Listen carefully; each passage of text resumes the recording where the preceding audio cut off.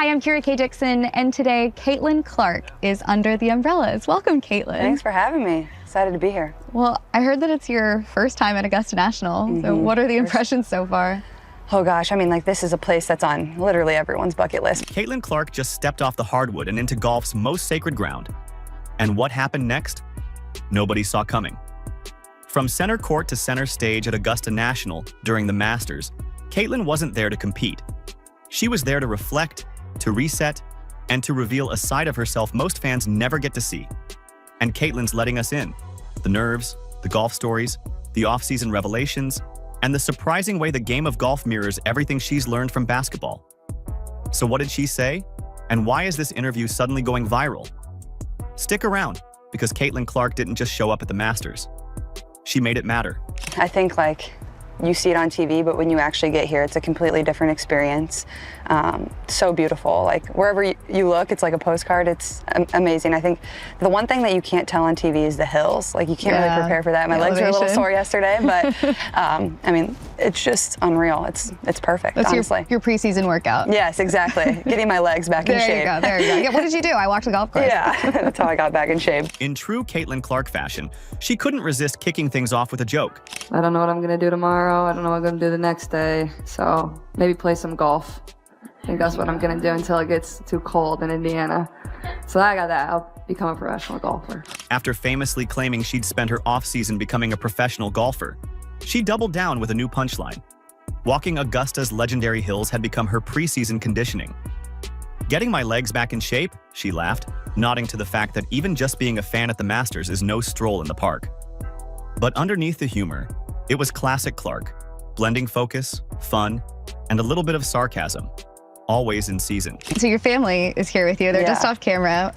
When I told my family that I was working the Masters tournament, that I would get to be here. That's not even working. That's, well, yeah, it's a treat. That I would even get to be in the vicinity of Augusta National. They were so excited. What was their reaction when you found out that you were going to all get to come? For once, Caitlin Clark wasn't the one being cheered for. She was the one doing the cheering.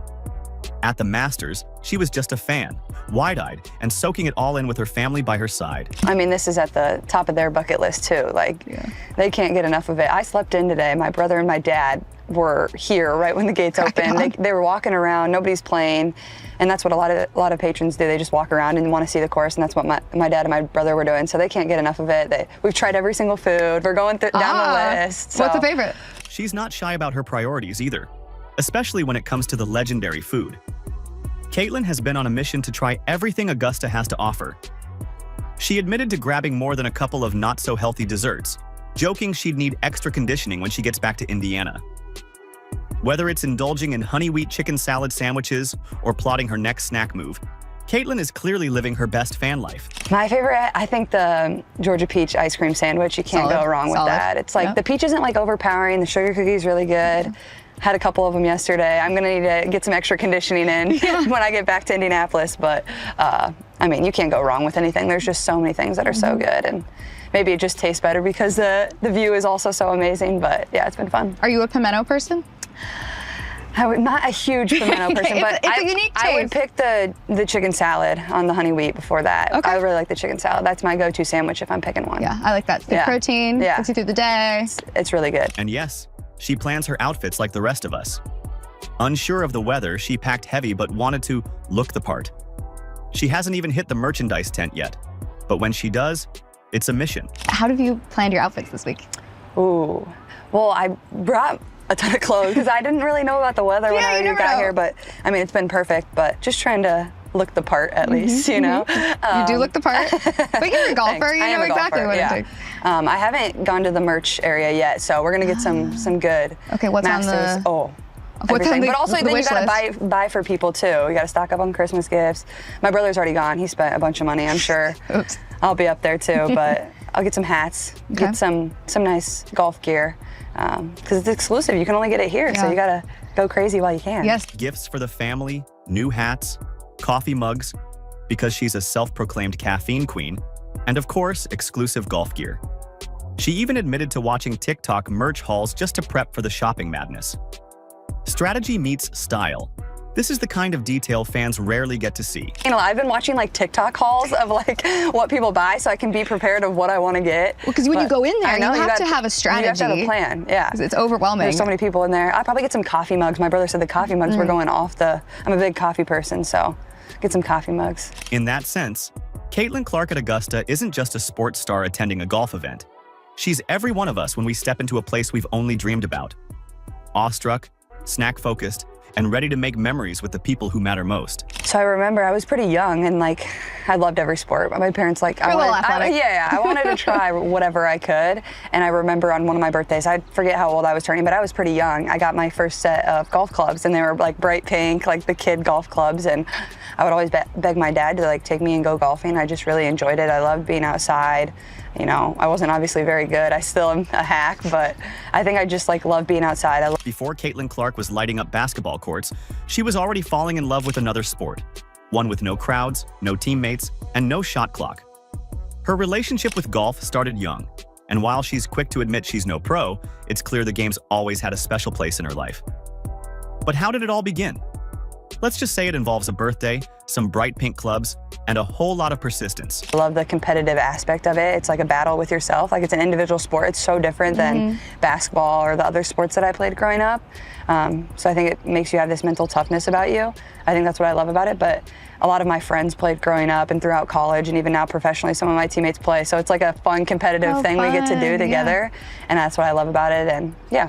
That's the one bad thing about the WNBA is like it's during the summer, so I don't get to go out and golf as much, but I try to make as much time as I can without hurting my back because I still need to make some shots, you know, here and there. But yeah, I mean, I got into it at a young age and I've really always just loved it, and I'm very average at it, but it's so hard. Like everybody's mostly pretty average, but yeah, it's fun. I enjoy it. For Caitlin Clark, golf isn't just a hobby, it's a form of therapy.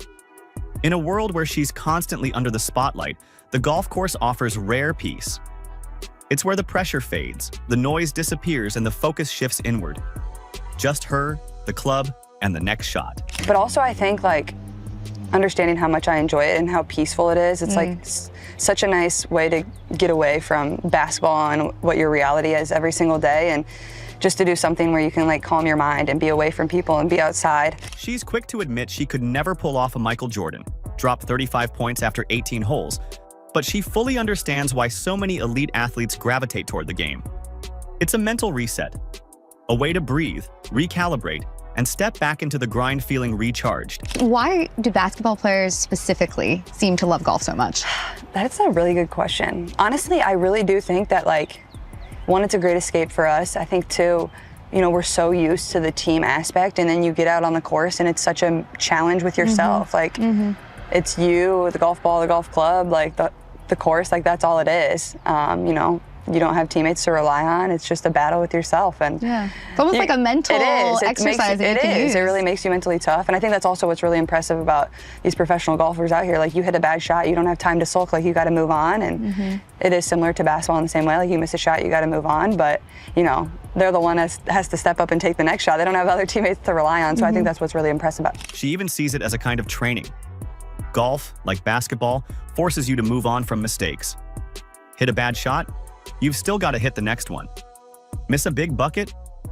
Time to get back on defense. But the most important thing is managing your nerves here. How much do you relate to that? I know that you said you don't really get that nervous in basketball, but every once in a while, I'm sure something does spike. Well, it was just like interesting, like walking around yesterday, like the fans are just like so on top of you. And I think as an athlete, like when you're in your element and you're competing and doing your thing, you don't always realize that. So I'm sure the guys get in their zone and kind of go about their business how they always do, but that element is always something that you can't prepare for. Caitlin knows you can't simulate nerves or crowd pressure in practice, and that's why both basketball and golf share something special: the need to zone in, block out the noise, and perform. At Augusta, surrounded by fans and energy, she felt those nerves, even as a spectator. But that's the magic.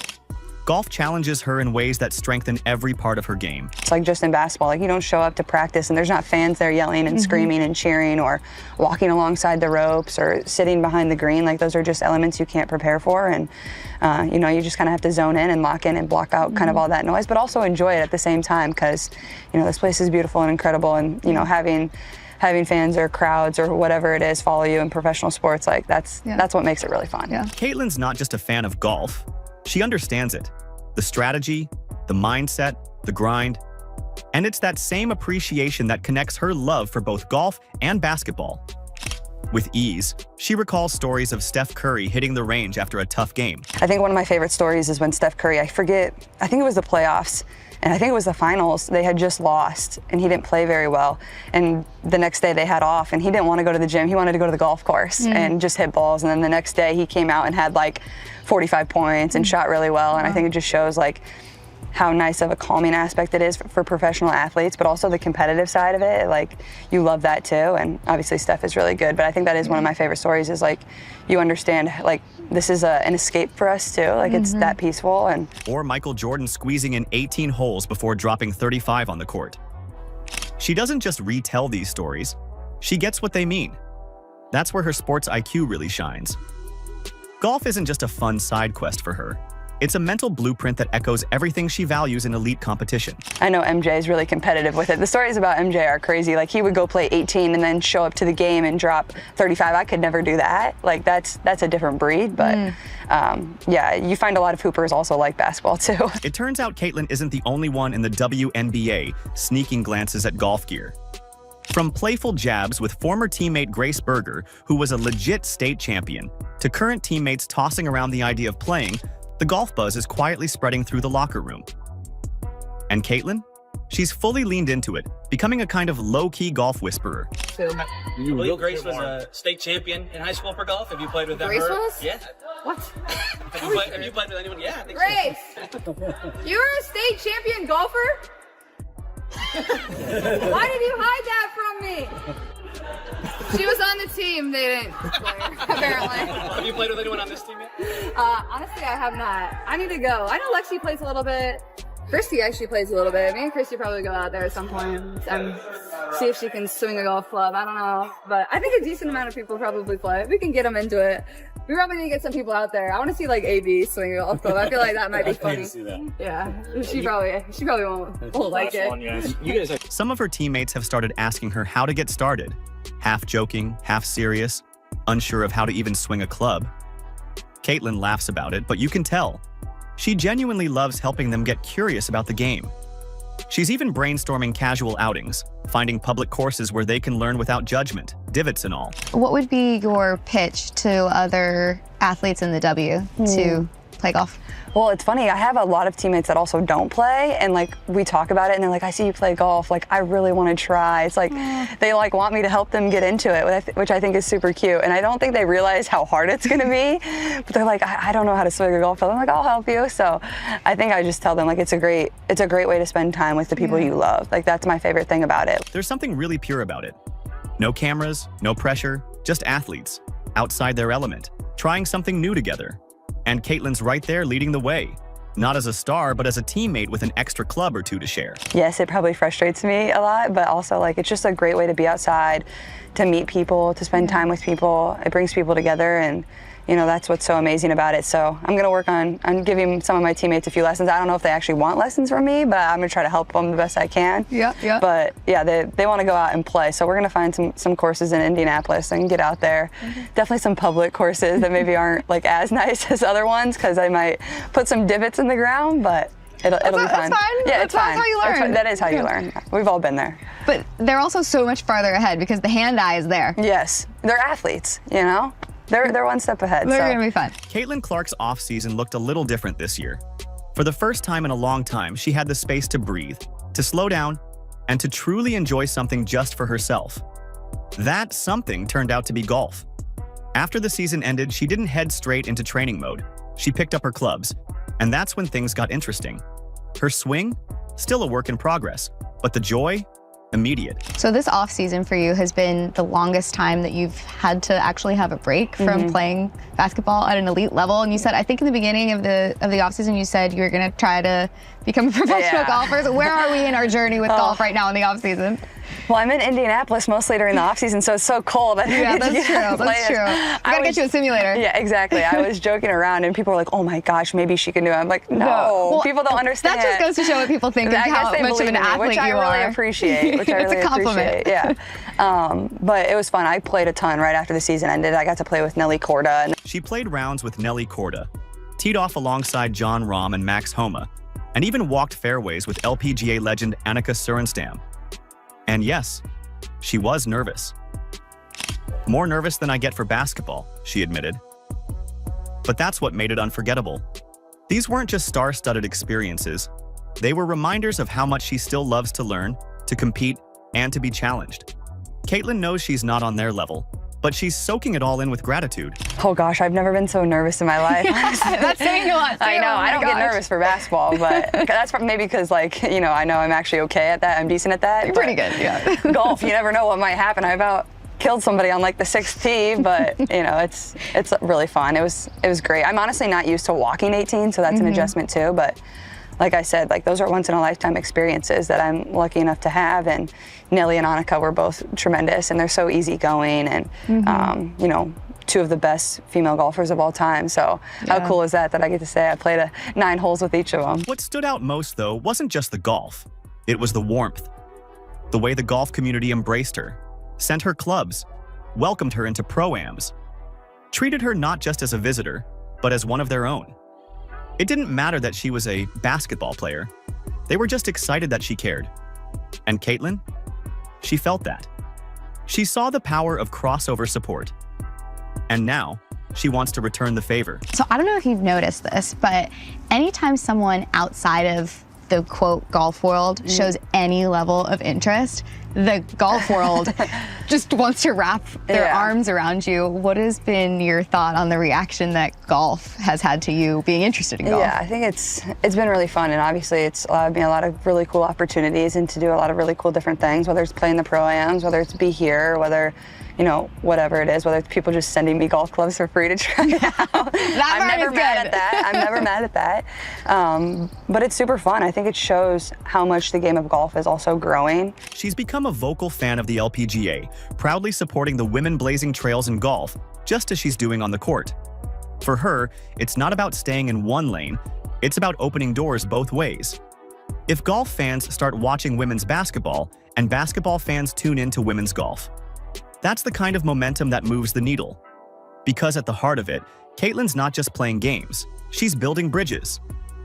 From Augusta to Gainbridge, from the WNBA to the LPGA, she's proving that excellence, when it's real, transcends sport. You know, I think over COVID, it certainly helped too. Like that's when my brothers picked it up. They didn't play when we were kids, and that's when they picked it up and really started enjoying it, and now they can't get enough of it. And it's the same with a lot of my friends and teammates. So, you know, it's just such a welcoming community, and it's really fun for me to be a part of, and, you know, and to bring more eyes to golf. And then in return, you know, hopefully a lot of golf fans start watching women's basketball too. Yeah. To Caitlin Clark, the Masters isn't just a tournament. It's a moment suspended in time. No phones, no distractions, just the stillness of the course, the weight of tradition, and the quiet buzz of fans completely locked into the experience. She called it unlike anything else, and not just because of the views. It's the presence it demands. You're not just watching greatness, you're feeling it. And as a professional athlete herself, she recognizes how rare and powerful that kind of energy truly is. I honestly would probably put it number 1. Oh, wow. And I think it's just so different than everything else. There's really just nothing like this. And I think honestly the aspect of like not having your phone is so unique. Like you can tell everybody is so invested, and they're really just there to watch the greatness of the athletes. And even the golfers talking about it after their rounds, like they feel a different level of engagement from the fans too, and how invested they are, and you're really just living in the moment. And I think as a professional athlete, like you can empathize with that, and I think that's really cool. And then, you know, I just feel like a normal fan getting to follow on the course. And by the end of the weekend, Caitlin wasn't just inspired, she was moved. From following groups on the first tee to reflecting on how nerves manifest in different arenas, her appreciation for what it takes to perform at the highest level had only grown. She called Augusta one of the most magical places she's ever been, and you could tell she meant it. For her and her family, it wasn't just a trip, it was a memory, etched in green, gold, and gratitude. That's what we all love about it, is like you're just one of the normal fans walking around doing all the same exact stuff, and there's just like a peacefulness about it. So I would put that up there at probably number 1, because it's just so different. Like there's really nothing like this, and maybe the weather we're getting spoiled with is making me a bit biased, but it's pretty incredible. Yeah. And Caitlin Clark didn't come to Augusta to dominate. She came to disconnect, to reflect, and to reconnect with why she fell in love with sports in the first place. In this rare moment off the court, she reminded us all that greatness isn't just measured by points or trophies. It's also in curiosity, humility, and the way you lift others as you rise. Last thing, this show is all about capturing the magic of Augusta National. How would you define the magic of Augusta National and the Masters tournament? I think it's one of the most magical places I've ever been in my life, honestly. Like, I think it's that special, and everybody knows that, whether you've been here or not. But once you really step foot on this whole course, this entire area, like, it just puts into perspective how special this place really is. So it's been a magical few days for me and my family, so we've had a great time. So whether she's draining threes or slicing tee shots, Caitlin Clark is building something bigger than a career. She's building a culture, one where women in every sport are seen, celebrated, and supported. And if Augusta showed us anything, it's that the magic happens when you slow down, look around, and realize you're witnessing something special. If you're excited about the upcoming WNBA season, comment "Caitlin is the GOAT" down below. Like, subscribe, and turn on all notifications so you never miss out. Click the video on the screen, and we will see you in the next one.